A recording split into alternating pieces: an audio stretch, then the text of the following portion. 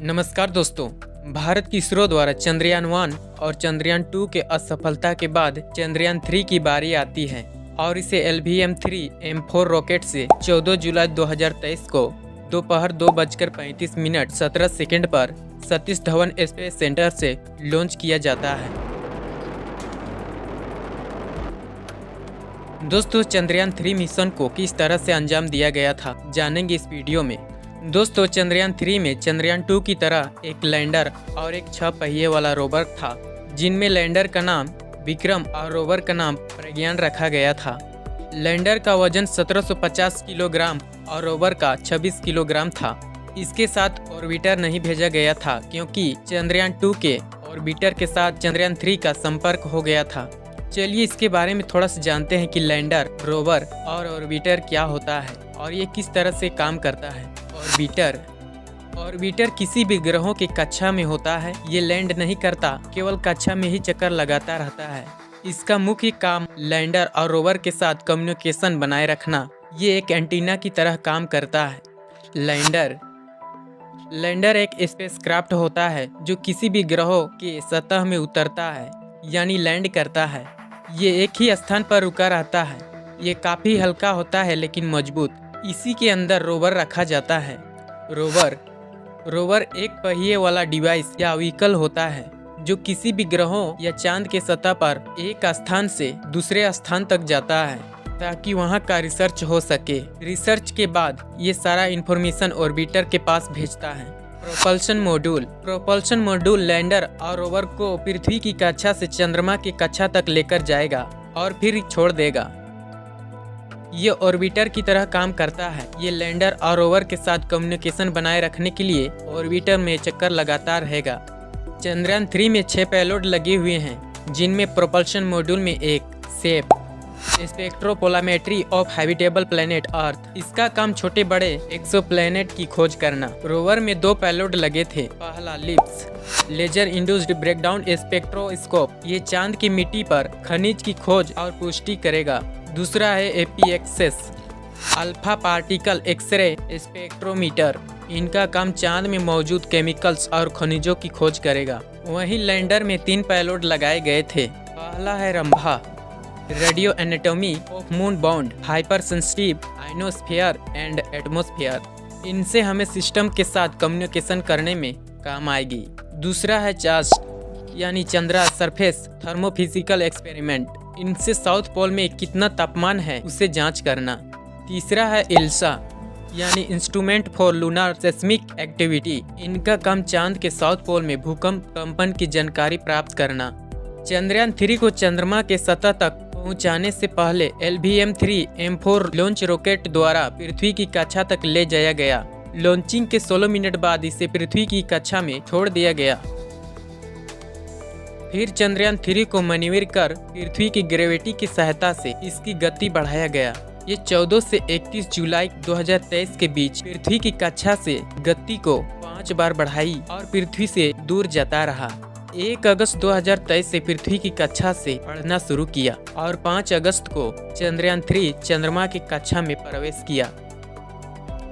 लगभग लॉन्च के 22 दिन बाद और 3,84,400 किलोमीटर दूर से 6 अगस्त 2023 को जब चंद्रयान 3 चंद्रमा के ऑर्बिट में प्रवेश किया ही कि चंद्रयान 3 का पहला संदेश इसरो तक पहुंचता है कि मैं चंद्रयान 3 बोल रहा हूं और मैं चंद्रमा की ग्रेविटी को महसूस कर रहा हूं। ट्रांसलूनर इंजेक्शन के सफल मैन्यूवरिंग के बाद चंद्रयान 3 पृथ्वी की कक्षा से दूर निकलकर चंद्रमा की कक्षा की ओर पहुंचाया गया और 5 अगस्त 2023 को चंद्रमा की कक्षा में स्थापित किया गया। इसके बाद चंद्रयान 3 की कक्षा को 4 बार और बदला गया। इस समय चंद्रमा की ऊंचाई को घटाकर 160 किलोमीटर कर दिया गया। इस पूरी प्रक्रिया के दौरान प्रोपल्शन मॉड्यूल का लगभग 755 किलोग्राम ईंधन खर्च हुआ और 17 अगस्त को प्रोपल्शन मॉड्यूल से अलग कर दिया गया। लैंडर मॉड्यूल 4 दिन तक चंद्रमा की कक्षा में चक्कर लगाता रहा। चंद्रयान 3 के यहाँ तक के सफर से पहले पृथ्वी की 21 और चंद्रमा के 120 बार चक्कर लगाया। इस लैंडर की गति को 4 चरणों में कम किया जाता है और चंद्रयान 3 को लैंड करने के लिए एक अंधेरी स्थान चंद्रमा के साउथ पोल यानी दक्षिणी ध्रुव पर उतरना है। इसमें ऑटोमेटिक लैंडिंग प्रोग्राम डाला था। ठीक उसी स्थान पर 23 अगस्त 2023 को शाम लगभग 6:04 पर सफलतापूर्वक लैंड यानी उतर जाता है। इंडिया पहला देश बन गया चंद्रमा के दक्षिणी ध्रुव पर सॉफ्ट लैंडिंग करने वाला। इस स्थान को प्रधानमंत्री श्री नरेंद्र दामोदर दास मोदी ने शिव शक्ति का नाम दिया। दोस्तों, आप लोगों के मन में एक सवाल होगा कि इसरो चंद्रयान 3 को अंतरिक्ष या चांद के कक्षा में इतने दिनों तक क्यों चक्कर लगाता रहा। तो इसका जवाब है कि हमारे पृथ्वी की सैटेलाइट चांद है और चांद को पृथ्वी की एक चक्कर 28 दिन में पूरा करता है। तो चांद पर 14 दिन रात और 14 दिन होता है, यानी पृथ्वी पर दिन और रात 12-12 घंटे का होता है। तो चंद्रमा में दिन और रात 14-14 दिन के बराबर होता है, यानी एक लूनार डे। दोस्तों, बता दें कि किसी भी सैटेलाइट को एनर्जी देने के लिए बैटरी लगाए जाते हैं और उस बैटरी को चार्ज करने के लिए सोलर पैनल लगाए जाते हैं जो सौर ऊर्जा को विद्युत ऊर्जा में बदलते रहते हैं। उसी उपयोग के आधार पर सोलर पैनल का उपयोग किया जाता है। तो इसी का इंतजार कर रहे थे कि चंद्रमा पर सूर्य का प्रकाश पड़े। लैंडिंग के 4 घंटे बाद लैंडर से प्रज्ञान रोवर बाहर निकलता है और चांद की सतह पर अपने पिछले पहियों पर बने राष्ट्रीय प्रतीक चिन्ह और इसरो के लोगो का निशान छोड़ते जाता है। लेकिन उस स्थान पर काफी पथरीली होने के कारण ये निशान साफ और स्पष्ट नहीं बना। ये 6 पहिए वाला रोवर कुछ दूर जाने के बाद जब कोई गड्ढा का महसूस होता है तो वहीं चक्कर लगाने लगता है। और आपको एक राज की बात बता दे कि रोवर सारे इंस्ट्रूमेंट को बंद करके वापस उसी लैंडर में जाकर बंद हो जाता है और लैंडर उस स्थान को छोड़कर होप यानी उठकर दिशा बदलकर 30 से 40 सेंटीमीटर दूर दोबारा लैंड करता है। फिर दोबारा इसने लैंडर से बाहर निकलता है और लगभग 100 डिग्री की यात्रा करता है। इस दौरान इनके साथ लगे इंस्ट्रूमेंट की सहायता से रिसर्च करता है, जिनमें भूकंप जो 26 अगस्त 2023 को उस स्थान में हुआ था, वहां पर प्लाज्मा अवस्था के अंदर वातावरण की उपस्थिति है जिससे सिस्टम के साथ कम्युनिकेशन करने में आसानी होगी। इसके साथ oxygen, sulphur, aluminium, calcium, iron, chromium, titanium, silicon और मैग्नीज भी खोजा। चांद पर गहराई के साथ तापमान तेजी से बदलता है। ये सब रोवर के payload laser induced breakdown spectroscope यानी लिप्स की सहायता से मिले। ये सारी रिसर्च के बाद चंद्रमा पर 14 दिन बीत जाता है और रात होने वाला होता है कि 4 सितंबर 2023 को सुबह लगभग 8 बजे सभी इंस्ट्रूमेंट के साथ रोवर को उसी लैंडर पर डाल दिया जाता है। फिर इसे स्लीप मोड में कर दिया जाता है। लेकिन 14 दिनों बाद 22 सितंबर 2023 को जब चंद्रमा पर सूर्य का प्रकाश पड़ता है तब इसरो ने चंद्रयान 3 के लैंडर और रोवर को सिग्नल भेजा तो कोई भी रिप्लाई नहीं आया।